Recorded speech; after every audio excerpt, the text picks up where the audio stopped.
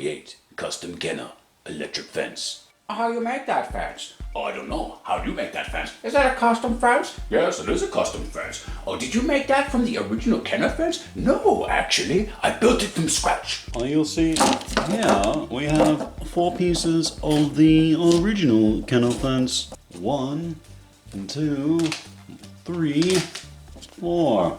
And here we have 4 pieces of my broken Kenner fence, which is made from scratch.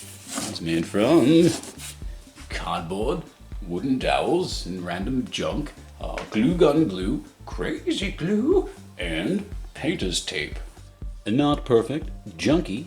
It's supposed to look junky because it's 30 years old. Been in the woods for a long time. It's been out in that jungle for a long time. It's been exposed to the elements. Got a big chunk taken out. I don't know what can bite a fence. I was a bit overzealous when I was making it. I was like, something bit that fence! I can't remember how long it took. But, I didn't get the color quite right.